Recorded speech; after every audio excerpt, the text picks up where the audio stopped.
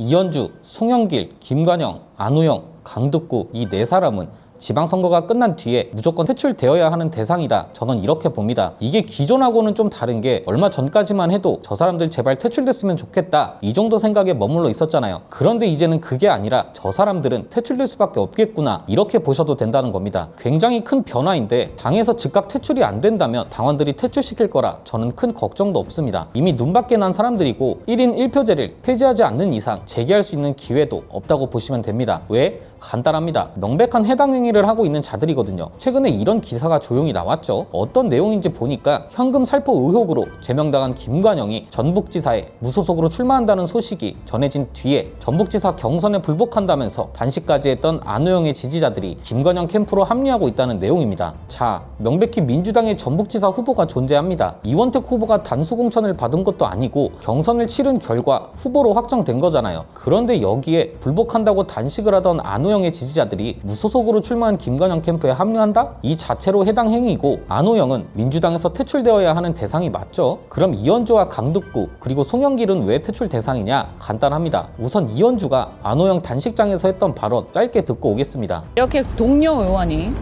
100번 양보해서 어떤 공정성의 문제나 이런 거에 대해서 혹여 공감하지 않는다고 하더라도 동료 의원이 어떤 문제 제기를 하고 또 절차적 문제를 제기를 하면서 이렇게 단식을 하고 있는데 당대표실이 이렇게 지나가는 길에 있지 않습니까?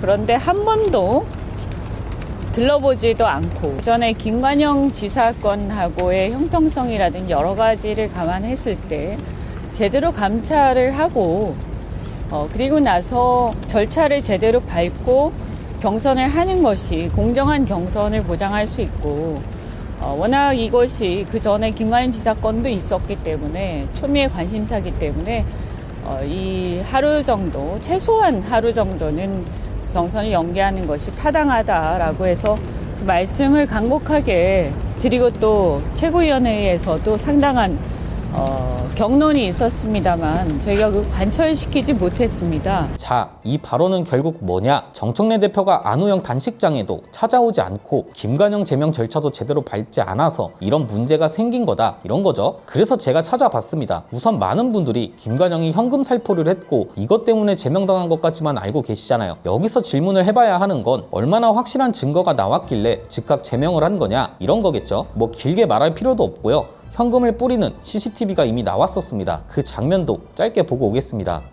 지난해 11월 30일 전주의 한 식당.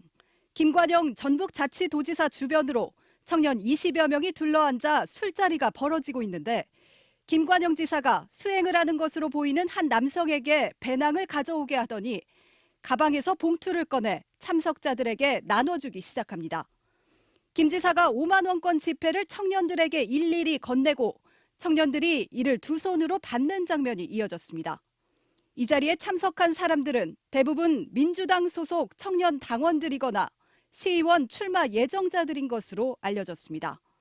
영상이 찍힌 시점은 지난해 11월 말, 전북도지사 입후보자들의 출마 선언이 잇따르는 등 선거 분위기가 본격화된 시점이었습니다.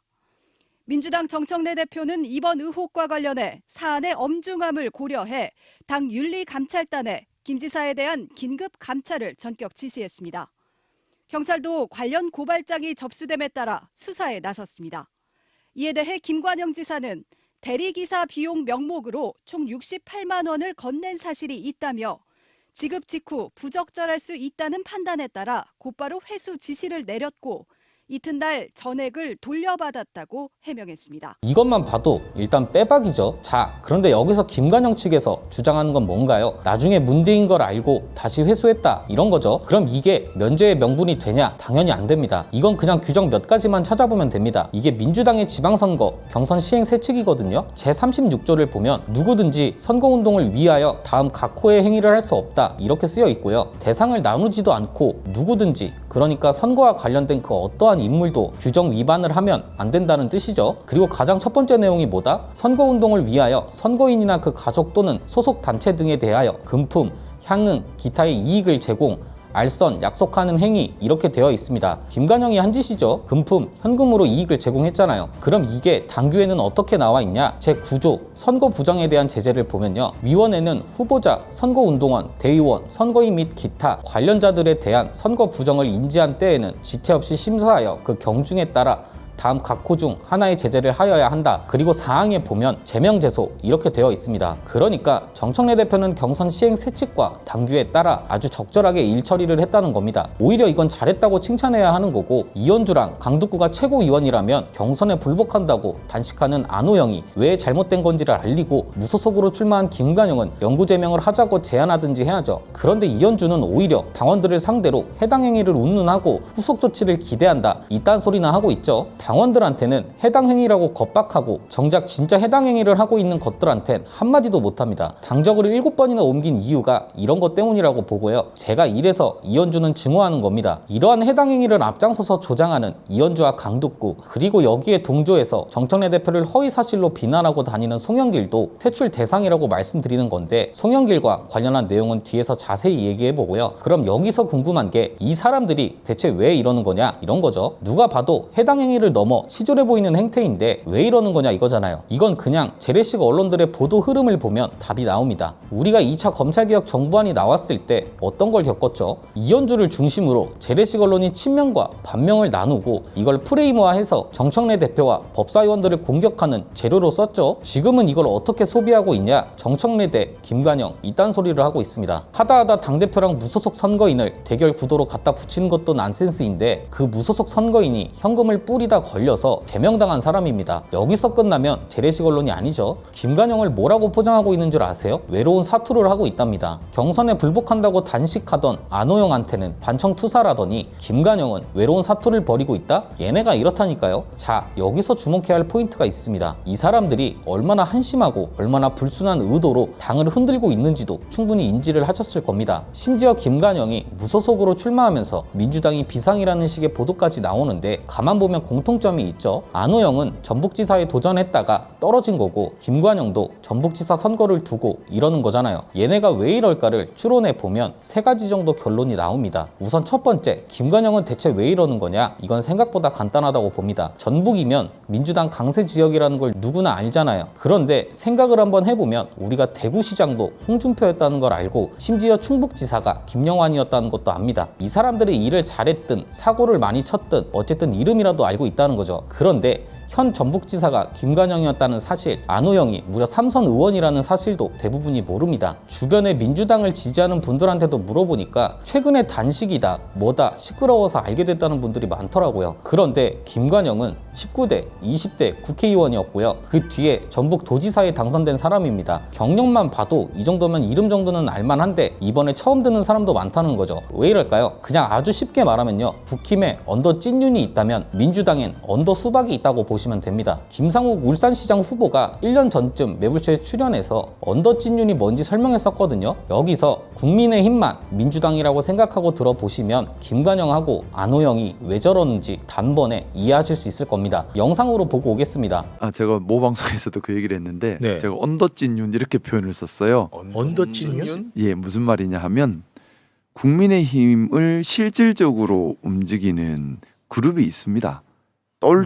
근데 이 그룹은 특징이 있어요. 네. 첫 번째는 이름 나는 거 싫어해요. 수면 수면 위로 올라와서 이름 나고 이름 거론되는 걸 되게 싫어합니다. 와, 이거 재밌네. 그래서 굉장히 오랫동안 국회의원 한 사람인데도 우리 얼굴 모르는 사람 많아. 왜냐면 이분들은 특히 중앙 언론에 이름 나는 거 별로 안 좋아해요. 와, 이거 재밌네.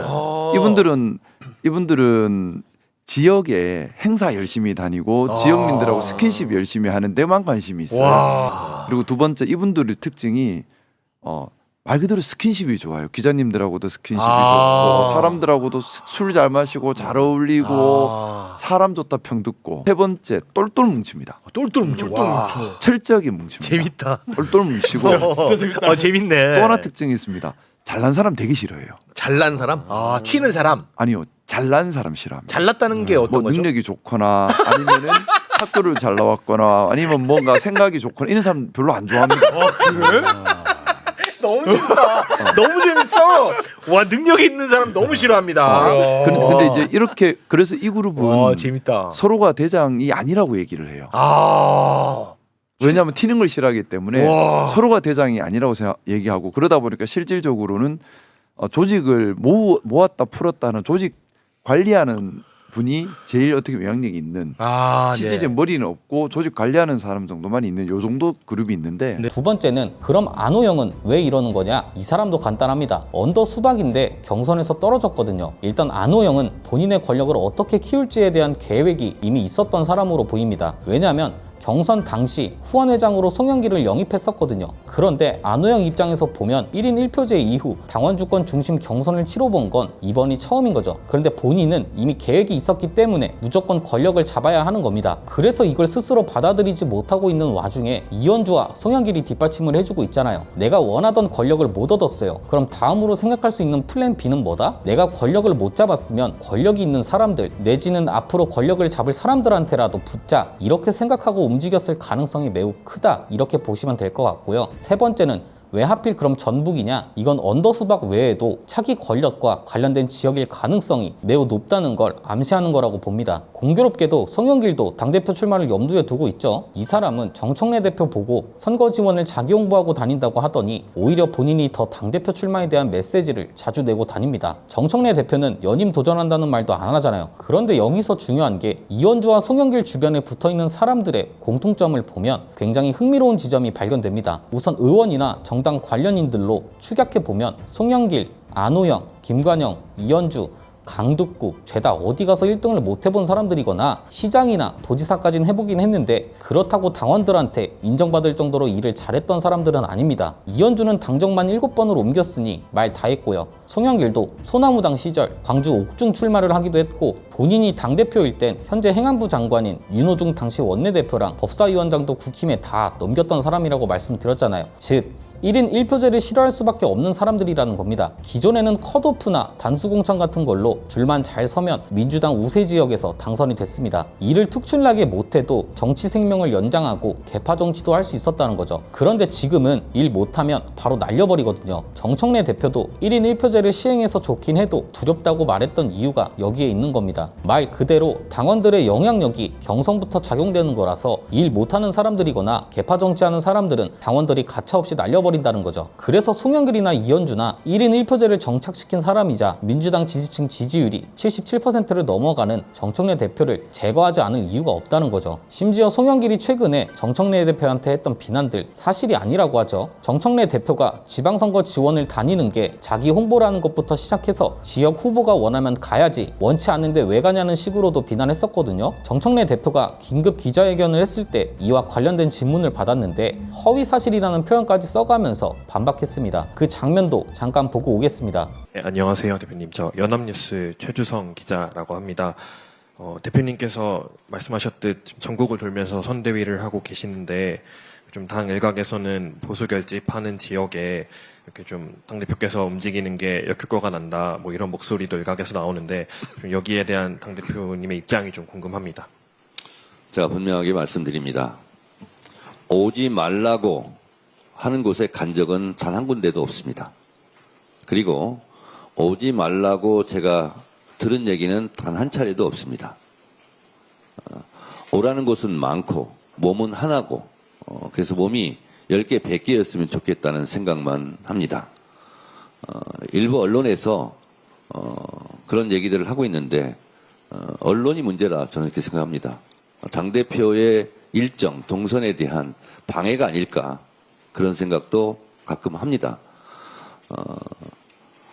제가 대구 김부겸 후보 사무실에 가서 분명히 말씀드렸습니다. 대구는 김부겸 얼굴로 선거를 치르겠다. 그리고 오라면 오고 가라면 가겠다.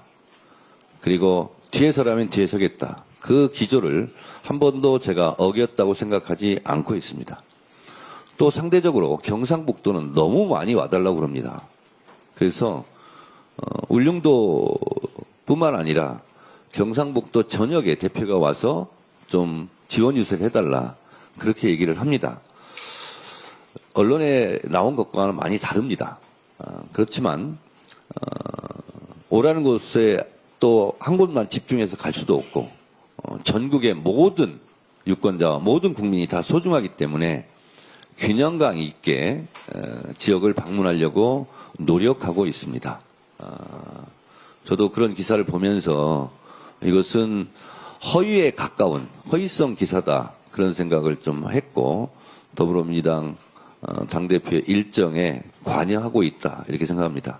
제 일정은 제가 알아서 할 테니 언론은 너무 이렇게 간섭하지 않았으면 좋겠습니다. 이제 더 이상 길게 말씀드리지 않아도 흐름과 맥락이 모두 파악되셨을 거라고 봅니다. 그래서 오늘의 한마디는 이겁니다. 분리수거는 제때 해야 벌레가 안 꼬인다. 오늘 내용은 여기까지입니다. 유익하셨다면 구독과 좋아요로 영상 제작에 힘을 주시면 감사드리겠습니다. 저는 내일 다시 찾아뵙도록 하겠습니다. 감사합니다.